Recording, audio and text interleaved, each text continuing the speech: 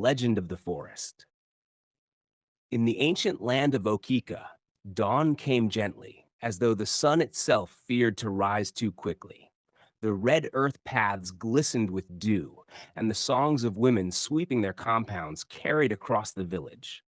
Smoke curled lazily from clay kitchens, where yam porridge simmered in pots. But to the east, the morning was different. There, a shadow lingered long after sunrise. Even when the cock crowed thrice, the eastern sky seemed reluctant to brighten. Children who dared glance that way quickly looked down again, as if their eyes would burn. That shadow belonged to the forest. Ohia Miri, the forest that eats men. It was no ordinary woodland. Its edges stood like a living wall. Giant trees, their roots twisted into shapes that looked too much like fingers clawing from the earth. The leaves shivered even when the air was still. And when the wind did blow, the forest sighed like a wounded beast. No one knew where it began, and no one had ever found its end. The elders said the forest stretched into the world of spirits, and its roots drank not only from the soil, but from the blood of the men it swallowed. Once, long ago, a man had staggered back from that place. He had been a brave hunter, strong as the Iroko tree, with a chest that carried the pride of 10 warriors. But when he returned, his eyes were hollow, his back bent, and his hair, once black as night, was white as ash. He spoke only once, and his words chilled the marrow of those who heard. The trees have eyes, and the ground itself is hungry. After that, he never spoke again. He withered like a yam left too long in the sun, and within a moon cycle, he was dead. Since then, no man who entered the forest had returned. At night, the villagers whispered of strange happenings. Some swore they heard drums pounding from deep within the forest, drums that matched no human rhythm. Others spoke of shadows moving against the moonlight, tall figures that bent and twisted like trees but walked like men. Fishermen said that when they passed the eastern stream, they heard laughter bubbling in the water, the laughter of spirits mocking human flesh. Children grew up on stories of the forest. Around fires, grandmothers wagged their fingers, warning, if you wander east, the forest will call your name, and once it calls you, you will not return. The children would shiver and huddle closer to the fire, wide-eyed, their imaginations painting monsters among the branches. But it was not only children who feared. Even the bravest warriors, men who had faced leopards and won, men whose names were sung after wrestling matches, lowered their voices when speaking of Ohiamiri. To name it loudly was to draw its attention, and no one wanted that. The elders told many tales of how the curse began. Some said the gods had planted the forest themselves as a punishment, because long ago the people of Okika had betrayed the sacred oath of the ancestors. They had cut down holy trees to carve wealth for themselves, and so the gods created a forest that would forever reclaim the flesh of men. Others whispered that the forest was not of this world at all. They claimed it was a gateway, a boundary between the living and the spirits of the dead. Those who entered did not die. They simply crossed over, trapped in the spirit world, forever walking among roots and shadows. And then there were the darker stories. Stories of men lured by voices, familiar voices, the voice of a lost wife, the cry of a dead child, the laughter of a brother long buried. The moment a man followed, the trees closed behind him, and the village never saw him again. Even in daylight, the forest was alive with warnings. The trunks of the trees bore strange markings. Some looked like eyes, others like mouths caught in eternal screams. Hunters said the ground near the forest's edge felt soft, too soft, as though it was not soil but flesh breathing beneath the surface. At dusk, when the sun bled into the horizon, the forest seemed to move. Its canopy shifted, its shadows stretched long fingers into the village fields. Mothers gathered their children inside quickly, bolting doors made only of raffia and prayer. The bravest of youths sometimes crept close to throw stones at its edge, but even they fled when the stones never landed. Instead, they vanished into the undergrowth, as if swallowed by invisible mouths. Thus, Okika lived with two truths: the laughter of the village square on one side, and the silent hunger of the forest on the other. And though life carried on, yams planted, goats tethered, drums beaten, the shadow of Ohiamiri was always there, waiting, watching, whispering. Life in Okika was measured not only by the seasons, but by the shadow of the forest. The forest was like a silent master, shaping every decision the villagers made. Farmers never tilled soil near its borders. Even if a fertile patch lay waiting, green and inviting, no hoe dared touch it. To plant too close was to tempt the gods. Hunters prayed their prey would not run east. When a deer leapt in that direction, the hunter dropped his chase, no matter how hungry his family was. Better to starve than to follow a beast to the mouth of death. Even the streams that trickled from the forest carried whispers. Women fetching water often spoke of hearing voices beneath the rippling surface, voices that hummed old or murmured their names. They fetched their water quickly, eyes darting, then hurried home without looking back. The heart of Akiko was its marketplace, a swirl of color and sounds. Women pounded yam with heavy pestles, the rhythm like a drumbeat of life. Traders bargained, children darted between stalls, goats bleated, and chickens scratched the earth. Yet even there, the forest intruded. As women pounded yam one afternoon, a goat vanished. Not wandered, vanished. Its rope lay slack, its bleeding cut off mid-cry. A murmur spread like harmattan fire. The forest has claimed another goat. Tomorrow it may be a man. Old Mama Ifeoma spat into the dust and shook her head. It is not the goat they want. It is men. The forest is patient. When goats go missing, it means the hunger is growing. A hush fell. Even the children went quiet, watching the elders' faces. The council of elders often gathered beneath the shade of the great Udala tree, their white hair shining like the wisdom of years. Whenever the forest was mentioned, they spoke with heavy voices. Elder Oko would say, "It is the curse of our fathers. They betrayed the gods when greed blinded them. They cut the sacred trees to carve their wealth." And the gods answered. They turned the forest into a grave that would never be full. The elders' words were law, carved into memory as surely as into stone. But the younger generation only half listened. The young men, restless with strength, often laughed at the tales. Around evening fires, they mocked the warnings, their pride swelling like drums. Are we children to fear branches and shadows? These are only tales to keep us from hunting freely. If the forest eats men, then let it try us. Their laughter rang out, but always the older ones shook their heads. Among those youths was Obina. He was tall, broad-shouldered, and quick with a smile that carried both charm and arrogance. His strength was admired. He could wrestle 3 men and stand unshaken, his laughter booming louder than the drums. But with strength came pride, and pride is a disease the gods punish swiftly.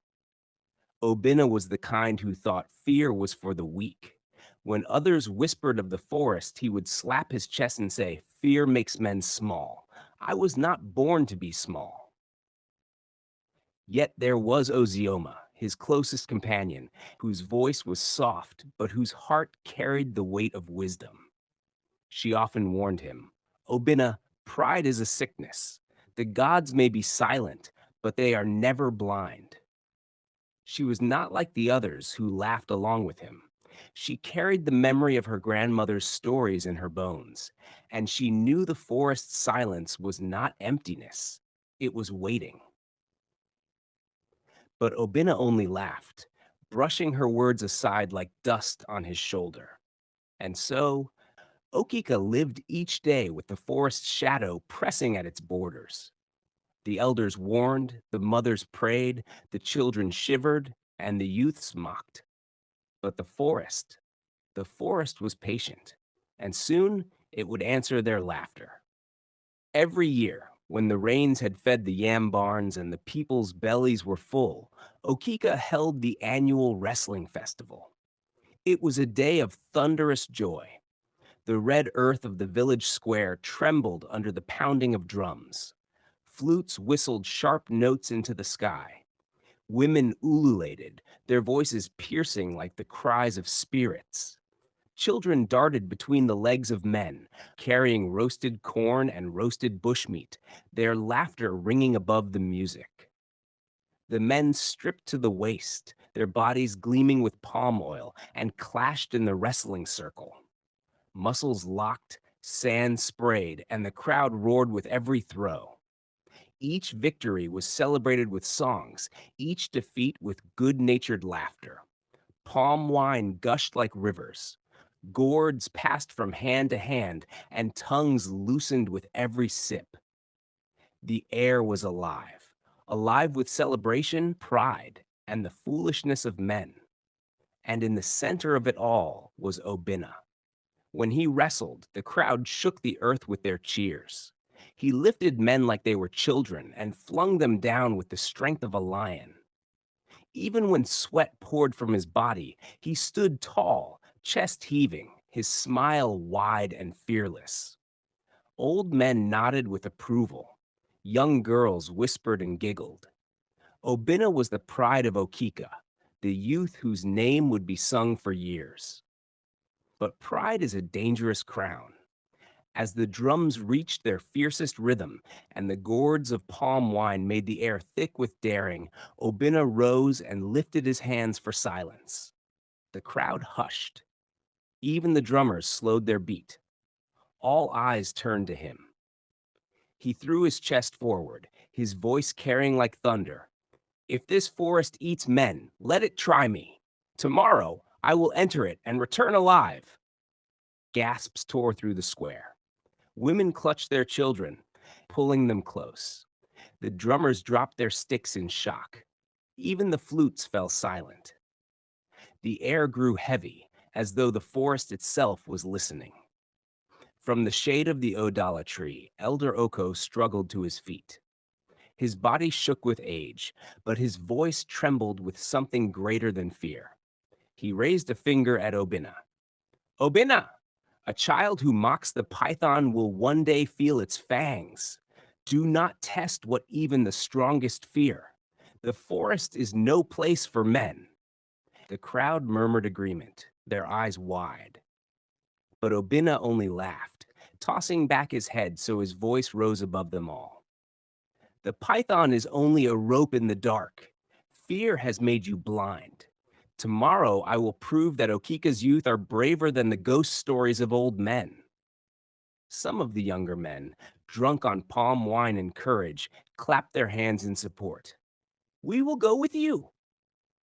Let us show the elders the forest is nothing but trees. The festival ground divided, half gasping in horror, half cheering with reckless laughter. That night, as the village settled into uneasy silence, Ozioma found Obina near the shrine of his father's compound. The moonlight fell on her face, her eyes glistening with tears. She touched his arm gently, her voice low and trembling. Obina, do not go. The forest is not a place for boasting. It does not forgive. Pride will be your undoing. Obina looked at her, his face still glowing with wine and victory. He brushed her hand away with a smile. Ozioma, when I return, I will return as a hero. The elders will sing my name, and you will no longer fear shadows. Her tears slipped silently down her cheeks, but Obina turned away, his pride a wall she could not climb. And so the dare was spoken, sealed by pride, by drink, and by the laughter of the young. The festival ended, but fear lingered in the air like smoke that would not clear.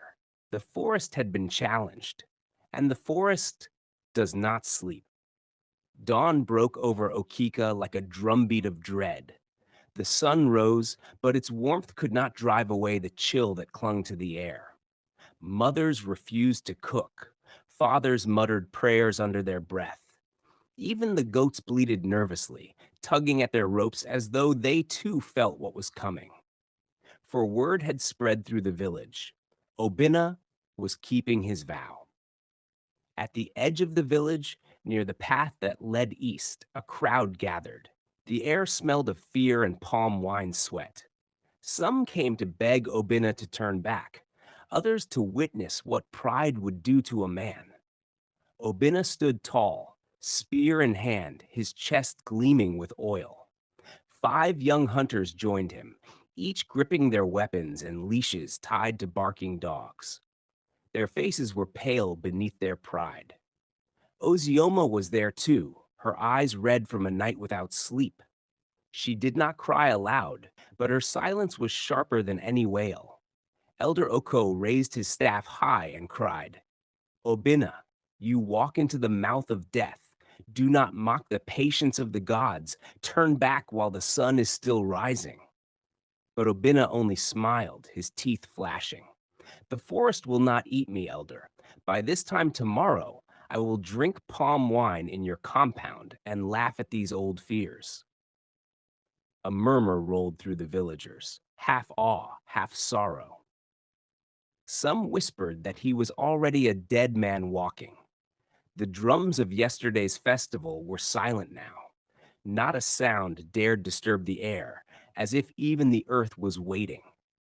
And so, with the first step into the eastern path, Obinna and his companions crossed into the shadow of Ahia Miri. At first, it seemed like any woodland. Sunlight filtered through the canopy, and the air smelled of damp leaves.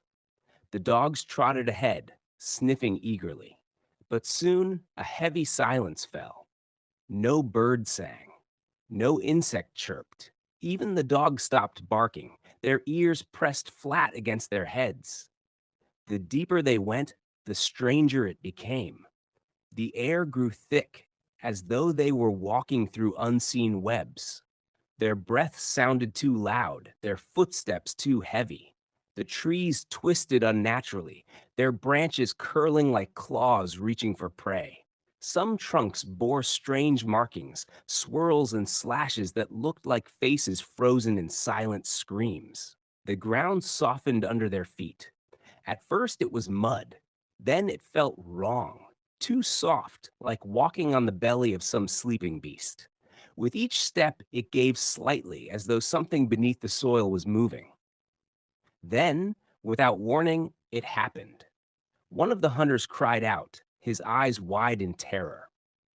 The ground beneath him buckled. With a sound like a gaping mouth, the earth opened. He screamed once. His spear clattered against the roots, and then he was gone, swallowed whole. The others froze, staring at the patch of earth where he had stood. It was flat again, as though nothing had happened. Only his spear remained, trembling as if alive. The dogs whined, pulling at their leashes, desperate to flee. The men gasped in disbelief. One shouted, "The ground devoured him." Another muttered, "The tales are true." But Obinna's pride roared louder than his fear. He lifted his spear and barked, "Stand firm. The forest only tests us. We are men of Okika. We do not flee from shadows." His words were bold, but his eyes betrayed the pounding of his heart. They pressed on, each step slower than the last. The forest thickened, its canopy swallowing the sun. By the time dusk came, the air was already black with shadow. Then the sound began, low, deep, rhythmic. Drums, beating from somewhere deeper in the forest. The men froze. The sound did not come from their world. It pulsed through the ground, through the trees, through their very bones. And then came the glow. Flickering lights between the trees like distant fires, yet no smoke, no smell, just the haunting promise of something watching. The men huddled together, fear gnawing their courage like termites in wood. They made a small fire, but even its flames seemed weak, swallowed by the heavy dark. Far behind them, unseen, Ozioma moved like a shadow. Her heart hammered in her chest, but she clutched tightly to the charm her grandmother had pressed into her palm the night before. Take this, her grandmother had whispered. It is woven with prayers older than the forest. If you love him, follow him. Pride cannot save Obina, but perhaps love can. Now hiding behind trees, her breath silent, Ozioma watched as the men sat trembling around their fire. She dared not reveal herself yet. Her eyes scanned the darkness, searching for what the forest would do next. And in that moment, the forest itself seemed to breathe, its shadows shifting, its roots stirring beneath the soil, waiting, watching, hungry. Night had fallen in Iamiri, and the night in that forest was not made for men. Soon, they would learn that the ground swallowing their brother was only the beginning. Darkness in Ohia, Miri, was unlike any night Obina had known. It was not the soft darkness of the village, where stars glittered and fireflies danced. No, this was a suffocating dark, thick like palm oil, heavy on the eyes, choking the breath. The small fire the hunters lit flickered weakly, its light swallowed by the black around them. Beyond its glow, shadows swayed as though alive, stretching long fingers that reached hungrily toward the men. The forest had awakened. At first, it was only the low pulse of drums, but as the night deepened, whispers began. Soft, indistinct. They came from everywhere and nowhere. One moment, it was a woman's voice humming a lullaby. The next, a man's deep muttering in a tongue older than Igbo itself. Then laughter, high, mocking, too close. The men pressed closer to the fire, clutching their spears. Sweat ran down their brows despite the chill in the air. A hunter named Azuka trembled violently. "They are calling my name," he stammered. "Do you not hear it? They are calling me." The others swore they heard nothing, but his eyes bulged with terror. He leapt to his feet and staggered into the shadows, as if pulled by unseen hands. The firelight caught his face for one last heartbeat. His mouth was open in a scream, yet no sound came out. Then the forest swallowed him whole. The men shouted his name, but only mocking echoes replied. Then came the scent, thick, metallic, blood. Yet when they searched, there was no body, no trace, only his footprints in the soil, ending abruptly, mid-stride. Another hunter dropped to his knees, muttering prayers, his teeth clattering like stones. He swore he saw faces in the trees, pale, ghostly, eyes glowing faintly like fireflies. The others refused to look. For in Ohia Miri, to acknowledge a spirit was to invite it closer. Through it all, Obina sat rigid, gripping his spear. His jaw was tight, his pride unbroken, but even he felt the tremor in his bones. "These are tricks of cowards," he spat. "The forest plays games to frighten children, but I am not a child." He rose to his feet, raising his spear toward the shadows. "Do you hear me, spirits? I am Obina, son of Okika.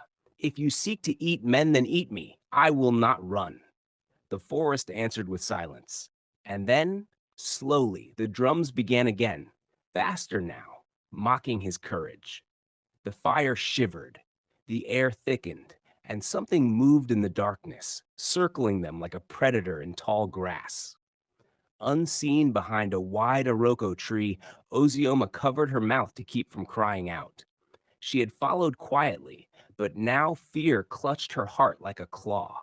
She watched as the hunters dwindled, one gone to the earth, another lured by voices. Her body trembled, but she dared not move. Clutching the charm in her hand, she whispered the prayer her grandmother taught her, her tears wetting the soil. Chukwu Abiyama, do not let pride bury him. Show me the path. Show me how to save him. For the first time, she saw Obinna not as a proud warrior, but as a man standing on the edge of doom, too stubborn to see it. Without warning, the dogs began to howl. Their cries were sharp, frantic, desperate. The leashes strained, the ground tore, and in a frenzy they bolted into the shadows. The men leapt to their feet, shouting. But before they could act, a gust of wind swept through the clearing, snuffing the fire. Darkness swallowed them whole. Screams tore through the night. One voice shrieked in agony. Another begged for mercy. Then silence. When the flames sputtered back to life, two more hunters were gone. Only Obinna and one companion remained, faces pale, eyes hollow. For the first time, Obinna's spear lowered. His chest heaved. His hands shook, though he clutched them until his nails dug deep. The companion fell to his knees. We are cursed, Obinna. The forest will eat us all. Let us flee before dawn. But Obinna barked, his voice raw. No, I will not flee. Do you not see? This is why I came. If I return alive, I will be legend. I will be greater than the forest itself. His eyes burned with defiance, but beneath that fire was the shadow of fear. The forest seemed to laugh. The whispers grew louder, circling closer, and from the darkness came the sound of footsteps. Slow, heavy, too many to belong to men. The last hunter clutched Obinna's arm. They are coming, he whispered, eyes wide with madness. They are here. Obinna turned, his spear raised. As the shadows thickened into shapes, Ozioma's fingers dug into the charm until her palm bled. She knew. If she did not act soon, the forest would devour not only his pride, but his soul. The night of terrors had only begun. The forest shifted. No longer just trees and shadows, but something older, alive, watching, breathing. The air thickened, heavy as if the world itself was holding its breath. Every step Obinna took sank into soil that pulsed faintly, like flesh. The whispers stopped. Silence fell so absolute that even the last hunter's sobs seemed swallowed whole. Then came the sound. Not footsteps now, no. It was the dragging of chains, the rattle of iron against stone. Slow, relentless, approaching. The last hunter clutched Obinna's arm, his teeth chattering. It is them, the ones who eat men. Obinna, please, let us flee. But before Obinna could answer, the man stiffened. His body went rigid, eyes bulging wide. Invisible hands seized him, lifting him off the ground. His feet kicked helplessly, his mouth opened in a scream. Yet again, no sound came out. The hunter's torchlight flickered, and in that moment, Obinna saw them, shapes like shadows given flesh. Tall, faceless, draped in darkness. They dragged the man into the trees, and in the blink of an eye, he was gone. Now only Obinna remained. His spear trembled in his hands. His breath came ragged. For the first time, his voice cracked. Show yourselves, he roared into the night. I am Obinna, son of Okika. You cannot frighten me. But his words rang hollow. His knees threatened to buckle. Sweat streamed down his back, though the night was ice cold. The forest answered, not with whispers this time, but with a chorus of voices. Hundreds layered over one another, men, women, children, all crying, groaning, wailing, the voices of the eaten. From behind the Iroko, Ozioma wept silently. Every part of her wanted to run to him, to tear him away. But she knew if she moved now, the forest would claim her too. She clutched her charm until her palm bled, whispering under her breath, Hold on, Obinna, just a little longer. I will not let them take you. Her tears fell into the soil, and the forest seemed to drink them hungrily. The trees swayed though no wind blew. A mist rose, glowing faintly, curling like fingers around Obina's feet. Then it came. A figure stepped from the mist, towering, shapeless, yet impossibly human. Its face shifted with every blink. One moment, the face of Azuka, then the last hunter, then a child, then no face at all. When it spoke, it was not with one voice, but with many. Obina, son of pride, you walk where no man lives. Why should you live when so many have fed us? The ground shuddered beneath him. Obina's grip on his spear faltered. For the first time, it had no answer. The spirit stretched its arm, a dark, endless shadow reaching for him. Ozioma gasped, her body breaking from stillness. She knew the moment had come. If she did not act now, the forest would claim him forever. Beneath Obina's knees, his spear lay broken at his side, and sweat streamed down his face as roots coiled tighter around his legs, dragging him toward the gaping soil that yawned beneath. From the shadows, Ozioma stumbled forward, no longer able to hide. Her voice trembled, but carried through the haunted trees. Obina, stop fighting! Your pride is feeding it. The forest groaned, its branches creaking like bones snapping. Faces flickered across the bark of trees. Men, women, even children, long lost to the forest's hunger, their mouths opened in silent screams. Forest voice. The proud mocked our wrath. They cut the sacred trees. They drank the blood of the earth. For their betrayal, this land was cursed. One by one, their sons will be swallowed until the debt is paid. Obina thrashed violently, his voice hoarse with defiance. No, I am no thief of trees. I am Obina, hunter of Okika. You cannot take me. The roots tightened, dragging him down to his waist. The earth smelled of rot, like a grave newly opened. Ozioma fell to her knees, tears streaking her face. She held the charm her grandmother had given her, its leather cord now cutting deep into her palm as she pressed it to her chest. Spirits of the forest, if you demand a life, take mine instead. He has been blind with pride, but pride is not a crime worthy of endless death. If blood is your price, I will give mine. The forest hushed. Even the endless drumming in the distance ceased, as though the whole of creation leaned forward to hear her words. A single tree bent low, its branches sweeping around Ozioma like fingers caressing her trembling body. A voice, softer now, rose from the roots. Forest voice. You would give your life for one who mocked the gods? Ozioma pressed her forehead to the ground, her voice breaking. Yes, because love is stronger than pride, and mercy stronger than curses. Obina's eyes widened, tears spilling as the forest dragged him deeper, the soil now at his chest. For the first time in his life, his arrogance broke. He cried out, his voice raw with surrender. Obina, forgive me. I am no greater than dust before the gods. Forgive me, for my pride has killed my brothers, and I deserve the same. The ground froze. The roots paused mid-coil. The trees groaned, their bark cracking as if some great weight pressed against them. From deep within the earth, a rumbling sigh escaped, like centuries of sorrow loosening at last. Forest voice, whispering fading. Only humility can break pride's curse.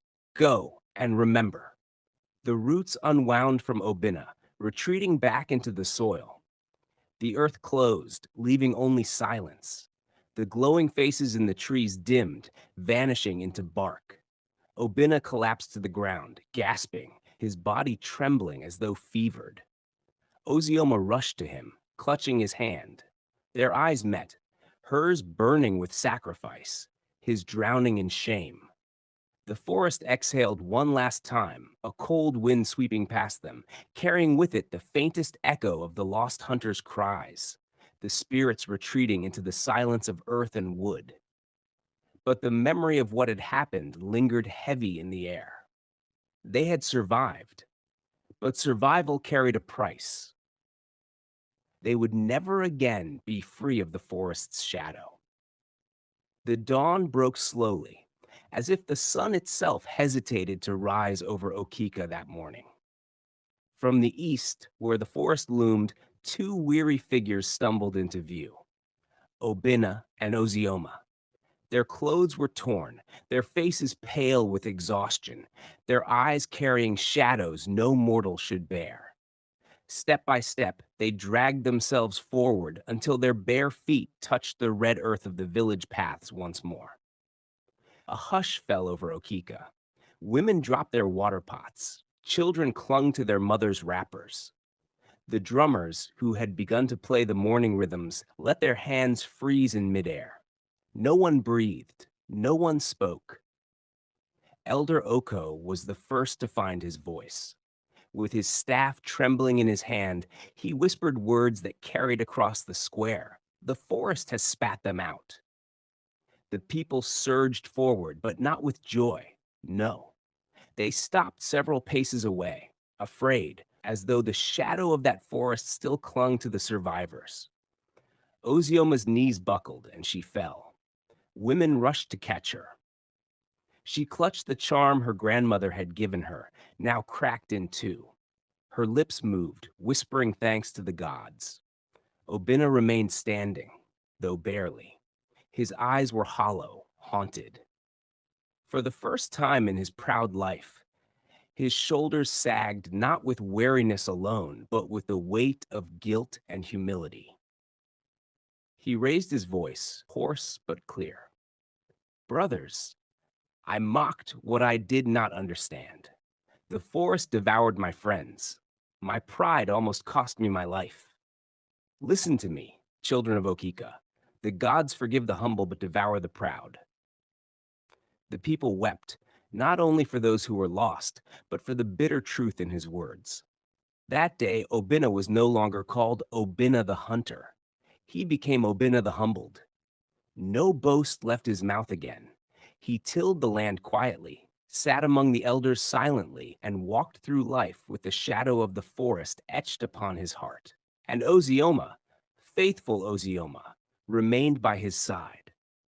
Together, they lived quietly, raising children who grew up learning respect for the unseen, for the gods, and for the dangers hidden in laughter at old tales. But the story did not end with them. Even now, generations later, when the moon is fat and round, and the night wind rustles through the Iroko trees, the villagers of Okika swear they still hear it. Those faint, terrible drums echoing from deep within Ohia Miri, the forest that eats men. And when they hear it, they lock their doors, gather their children close, and whisper, "The forest remembers." Pause, then fade with distant drumbeats echoing into silence. Please subscribe, comment your interest for the next part, like, share, and tap the notification button to get notified for more. Thanks for watching.